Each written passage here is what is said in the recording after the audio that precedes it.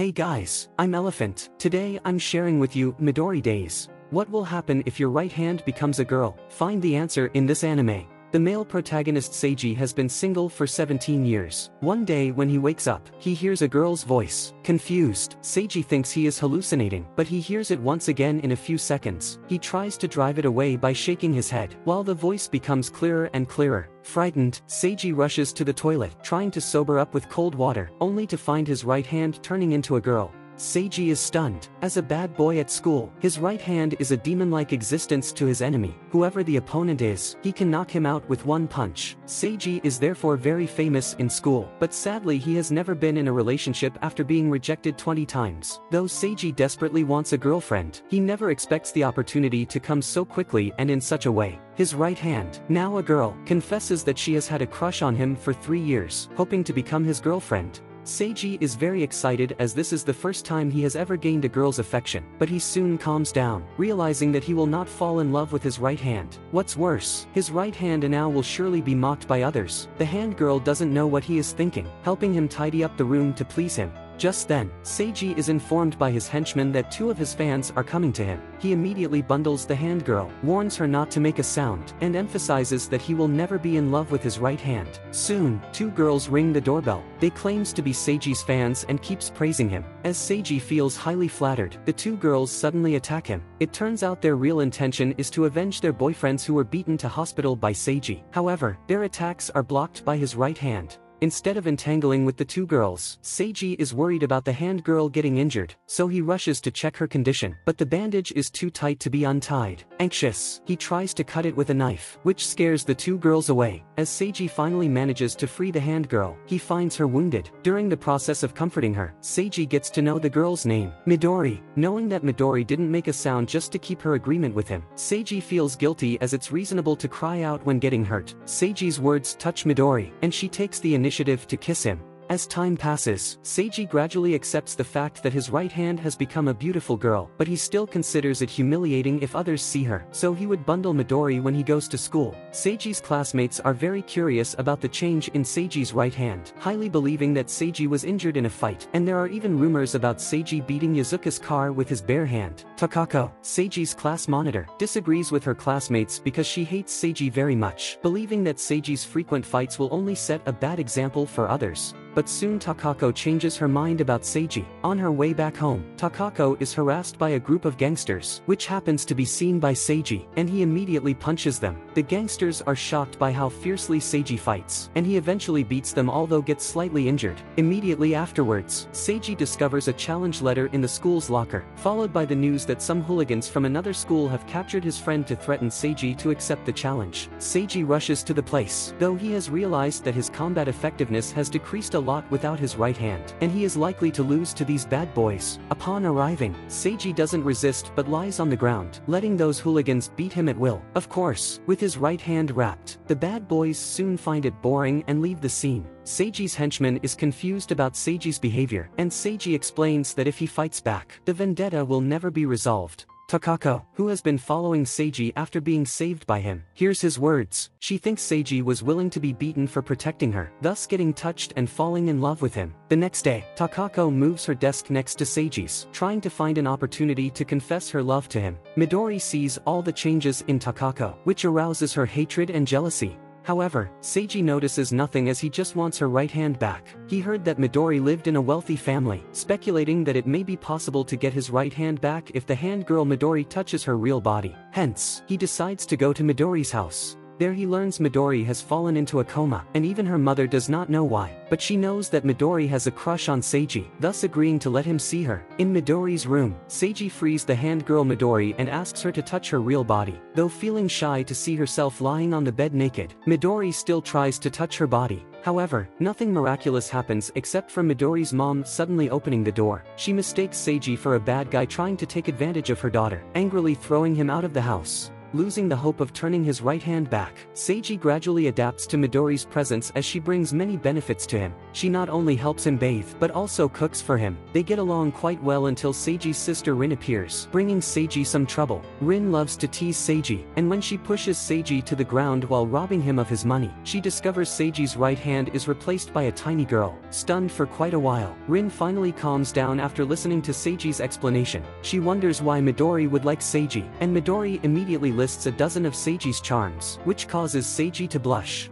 Just then, Rin's henchmen come over. They received an invitation from her, ready to go to the hot spring together. At the hot spring, the henchmen notice Midori on Seiji's hand, thinking she's probably just a doll. Out of curiosity, they start to touch Midori, who doesn't dare to move and almost cries out. As Seiji stops these guys, they get enraged and teach him a lesson with their fists. After getting rid of them, Seiji is finally able to soak in the hot spring at ease. Midori tries to rub Seiji with her body, only to be stopped by him. At this time, Midori receives Rin's invitation to take a bath with her, and she forcibly controls Seiji's body to come to Rin, who then reveals Seiji's past to Midori. He was often bullied when he was a child, but he never resisted, responding with a smile instead. It wasn't until Rin avenged Seiji and taught him martial arts that Seiji learned to resist. Knowing about his past, Midori is touched and grows to like Seiji even more. As they talk, Seiji falls asleep in the hot spring. When he wakes up, he finds everyone else gone, leaving him with a long bill. Speechless, Seiji can only pay the bill and go home. Before going to bed, Seiji wonders what Rin has told Midori, who however, claims it to be a secret. After Seiji falls asleep, Midori begins writing down her experience with him these days, which makes her so happy.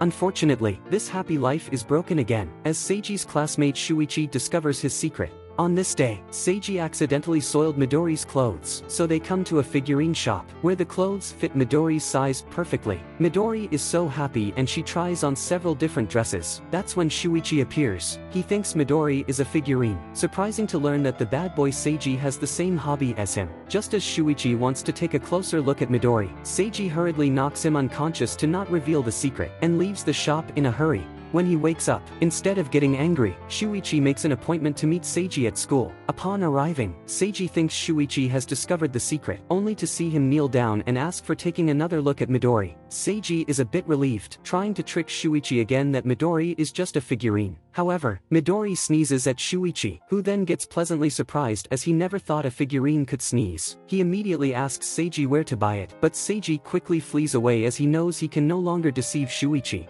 Soon after, Seiji receives a package with a figurine dress inside. This is a conspiracy by Shuichi, who wants to check the logo of the production company behind Midori while Seiji changes her clothes. However, to Shuichi's surprise, Seiji closes the curtains, causing this plan to fail. Shuichi doesn't give up, and he starts stalking Seiji. Though discovered soon, Shuichi takes the opportunity to lift Midori's clothes, only to find that Midori has no figurine features. Shuichi is surprised for a second and soon gets a new plan. He threatens Seiji to come to his house. At Shuichi's house, a sense of foreboding flashes in Seiji's heart. However, Shuichi just asks Midori to dress up as a maid and takes photos for her. Seeing her being satisfied with this, Shuichi immediately offers more beautiful clothes, asking Midori to become his lover. But Midori rejects him with no hesitation, firmly expressing that her love for Seiji won't be changed by some outfits. Hearing this, Shuichi is very sad, so Seiji comforts him that he can be friends with Midori, which cheers Shuichi up, and he immediately asks Midori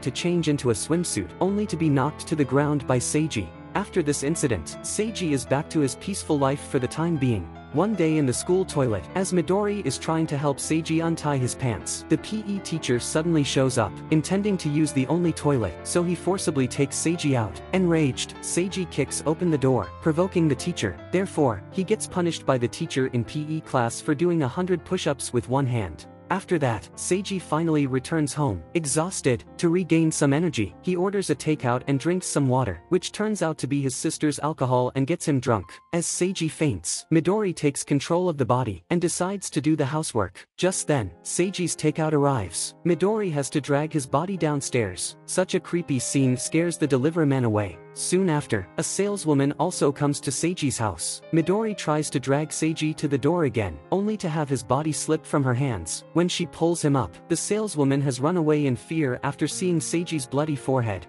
Midori hurriedly searches for a first aid kit to care for Seiji's wound. Busy for the entire day, Midori finally gets the chance to rest. She tucks up Seiji and falls asleep with him. When Seiji wakes up the next day, he finds that Midori has a high fever. Anxious, Seiji doesn't go to school but goes to buy some medicine and takes care of Midori. It takes a day for Midori to recover, so Seiji was absent from school for a day, for which the PE teacher once again punishes Seiji for doing 100 pull-ups, or he won't give Seiji any credits. Leaving with no other choice, Seiji accepts the punishment. Upon doing the 99th, Seiji loses his energy and is about to fall, while Midori suddenly takes the lever and helps him complete the 100th. Seeing her get injured from it, Seiji feels both touched and guilty. Anyway, after this experience, their relationship deepens.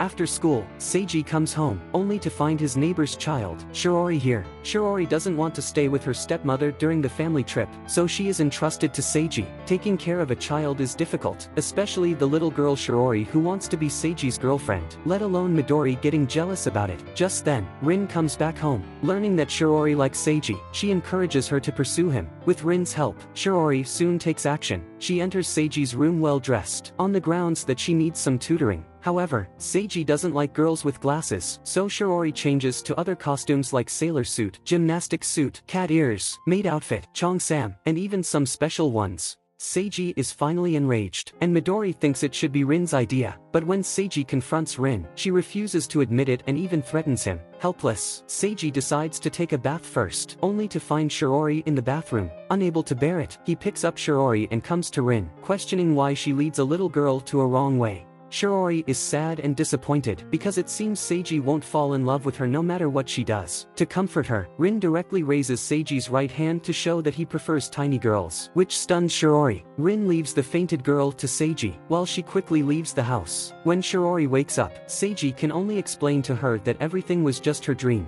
Soon, Shiori's stepmother is back from her trip, coming over to take Shirori home. However, Shirori is very reluctant, claiming that she will live with Seiji because in her eyes her stepmother and father just want a romantic couple's world without her. Hearing this, her stepmother is so angry that she slaps Shirori, saying that she has been trying to build a better relationship with Shirori. With Seiji's persuasion, Shirori finally agrees to go home with her stepmother. Though Shirori has left, there's another girl having a crush on Seiji. Soon, he receives a movie ticket from Takako, and Seiji promises to go to the movie with her, which makes Midori jealous again. To win Seiji's heart, Takako stayed up late to make a strategy. First of all, she dresses up to attract Seiji's attention, only to be complained about her outfit being improper. Then, Takako takes Seiji to a crowded place with the intention to have an intimate contact with him. However, when she pretends to be run down and falls to Seiji, he has walked away, causing her to lean on the statue embarrassingly. Takako doesn't give up, as she has another plan prepared when watching the film. She deliberately picked a horror film, which she has made a detailed understanding of. Whenever it comes to a scary scene, she will scream. Nonetheless, Seiji doesn't care about her emotions, and when Takako tries to take the initiative to hold Seiji's hand, she touches Midori instead, who immediately grabs a stranger's hand to hold Takako back. Unwilling to fail again, Takako invites Seiji to her home for dinner after the movie. Halfway, she drags Seiji into a swimsuit shop, which is also part of her plan. Takako wants to attract him with her figure, but Seiji has no other intention but wants to have some food as soon as possible. Takako is persistent, and she immediately takes the next step, which is to confess her love to Seiji in a romantic atmosphere. Unfortunately, before Takako could say a word, she is terrified by a spider on her. When they finally get to Takako's home, Takako hints that her parents have gone on a trip, while Seiji doesn't get it. Helpless, Takako decides to take her last resort, telling Seiji that she is going to take a bath, specifically mentioning where the bathroom is. She waits in the bath for a long time before Seiji finally shows up. However, as Takako is getting excited, she is told by Seiji that the food in the kitchen is burned. Takako immediately rushes out of the bathroom, only to faint away due to lack of oxygen. When she wakes up, she finds herself dressed, and a note left by Seiji. Just then, she recalls when she got out of the bath, she had no clothes on. Takako gets blushed, having no idea it was Midori who helped her put on the clothes. Seiji falls asleep soon after returning home, only to wake up to find that he and Midori have switched bodies. Such a thing has already happened once, so Seiji quickly calms down, but wearing no clothes makes him quite ashamed. Noticing this, Midori immediately takes him to the figurine shop to buy some outfits. On their way, Seiji has to be wrapped in a bandage, which makes him understand Midori's feelings. To cheer him up, Midori buys a baked sweet potato, which they share happily.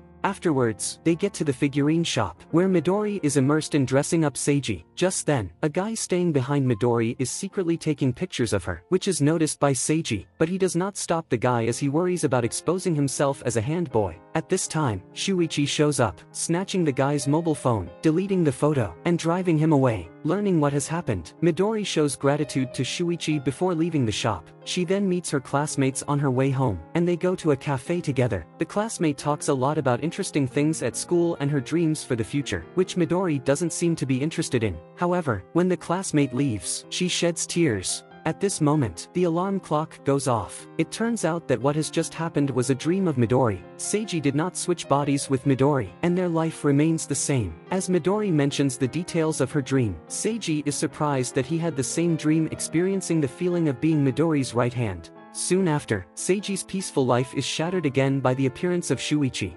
Shuichi says he needs to discuss something with Seiji, as he shows a website full of pictures of Midori, which attracts a lot of people. What's more, Shuichi has made delicate figurines of Midori, which can even move with some special design added. Shuichi offers to give Seiji half of the proceeds if he helps him sell the figurines. Although Shuichi's behavior is kind of rude, Seiji still agrees to help as he has no money to buy food. Midori is interested in selling figurines, promoting the sales herself. Soon the figurines are sold out, and those who did not get one are disappointed. They then settle on Midori, and begin to bid without Seiji's consent. As one of them shouts a bid of 500,000 yen, everyone is stunned. This rich man is a fanatic of figurines, and he is very confident of getting Midori. However, Seiji claims he would never sell Midori to the man no matter how much money he pays, because Midori is very important to him. These words touch Midori, as well as the rich man, who thought it was difficult to meet someone who loves figurines so much. He calls Seiji the god of figurines, and offers to take a group photo with Seiji.